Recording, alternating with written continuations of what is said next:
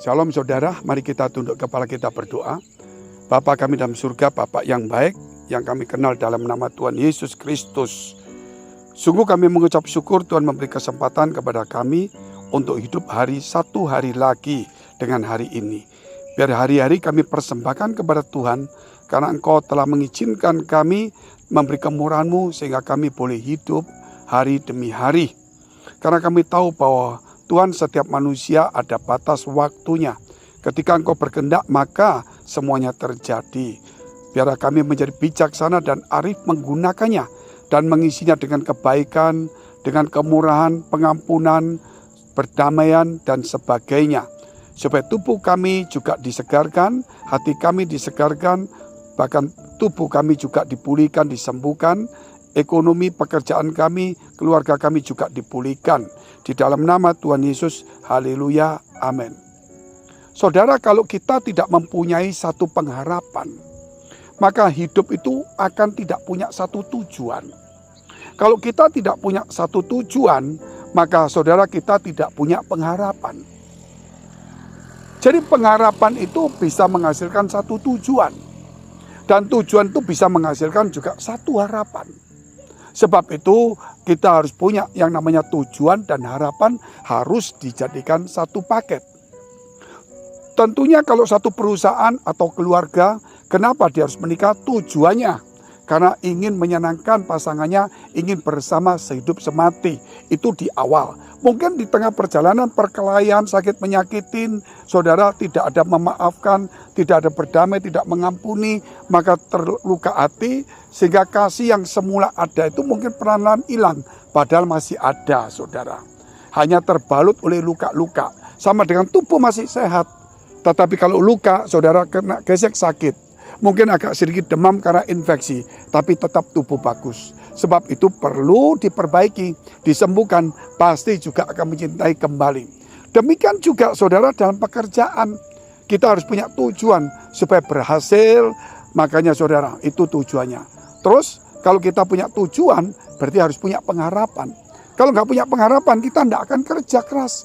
Kita akan lemah, mudah putus asa, tidak giat, saudara, tidak rajin. Sebab itu kita perlu yang namanya karakter Kristus itu ada. Di gereja diajarkan 21 karakter. Rendah hati, saudara perlu. Merendahkan diri perlu sebagai pengusaha, supaya banyak orang senang. Di rumah tangga tentunya, pelayanan ya pasti juga. Bukan hanya itu saudara, tentu juga kita bicara tentang damai. Belajar untuk merendahkan diri, menghambakan diri.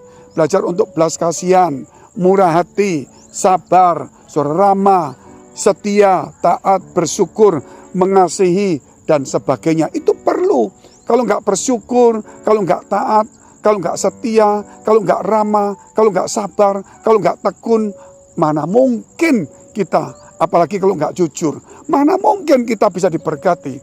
Karena kejujuran itu adalah benteng bagi orang percaya.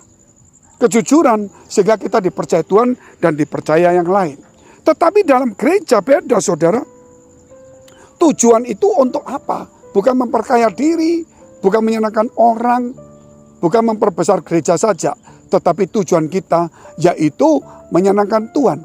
Dalam arti kalau Tuhan datang, apakah saya bisa diangkat? Kalau saya menemui ajal, apakah hidup saya, saudara, selama di bumi ini berkenan kepada Tuhan? Apakah kita meniru seperti Yesus berkata, sudah selesai. Bukan selesai untuk kehidupan kita, melaksanakan tugas kita kepada Tuhan. Nah, itu perlu kita merenungkan kembali. Sebab itu harapan Tuhan memberikan kepada kita satu pengharapan. Kepada tujuan, kalau pengangkatan aku pasti diangkat. Nah, bagaimana saudara pengharapannya? Pengharapannya itu pasti. Makanya di gereja dia tekun, baca kitab suci, mendengarkan, dia sungguh-sungguh, saudara. Itu perlu sekali.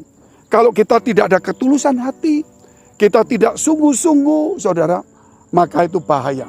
Kalau kita tidak dalam ajaran kebenaran juga bahaya. 3 ini. Jadi hati yang tulus, sungguh-sungguh, ajarannya benar. Kita harus melakukan itu. Sehingga kalau Tuhan datang, kita seperti 5 gajah bijaksana. Nah, itulah saudara, kembali kepada harapan. Harapannya bagaimana? Membuat kita semangat ke gereja. Walaupun disakiti, walaupun kecewa, salah paham, ditegur, mungkin disisihkan sebentar. Itu seperti kalau kita melihat saudara Yusuf itu disisihkan sebentar sama Tuhan. Dari anak yang disayangi dibuang menjadi hamba. Tapi kemudian diangkat oleh Tuhan. Kalau seseorang tidak mau direndahkan sedikit, dia tidak mungkin akan ditinggikan. Kalau saudara seperti saya, mau melompat, tidak mungkin gini langsung melompat. Pasti kita merendah sedikit, baru melompat.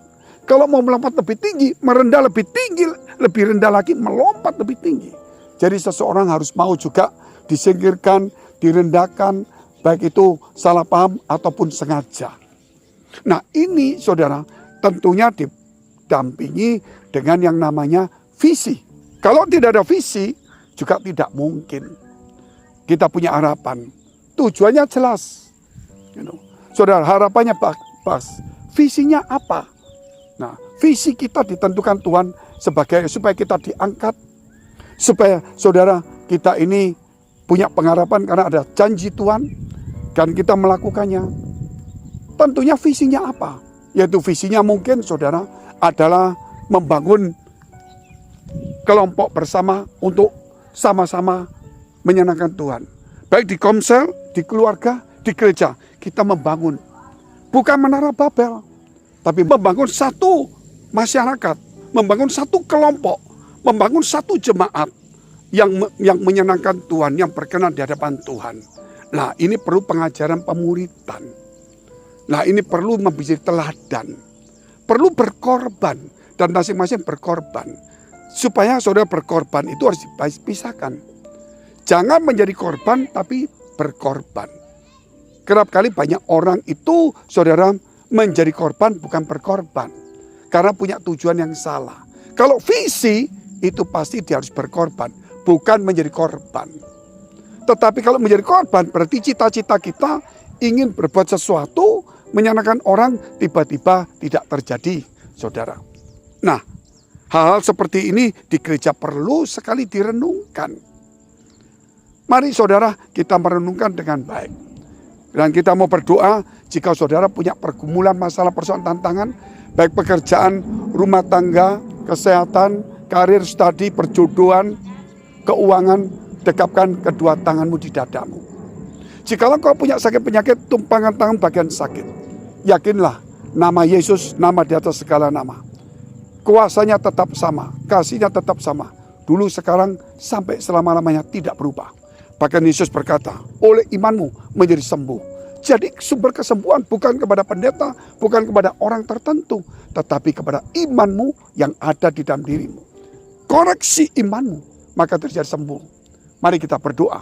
Dalam nama Yesus, tumpangan tangan bagian sakit. Dalam nama Yesus menjadi sembuh, menjadi pulih. Demi nama Tuhan Yesus. Haleluya. Dan biar pergumulanmu, Tuhan tolong, Tuhan memberkati. Dan Tuhan memberikan jalan keluar dan hikmat. Dalam nama Yesus, haleluya.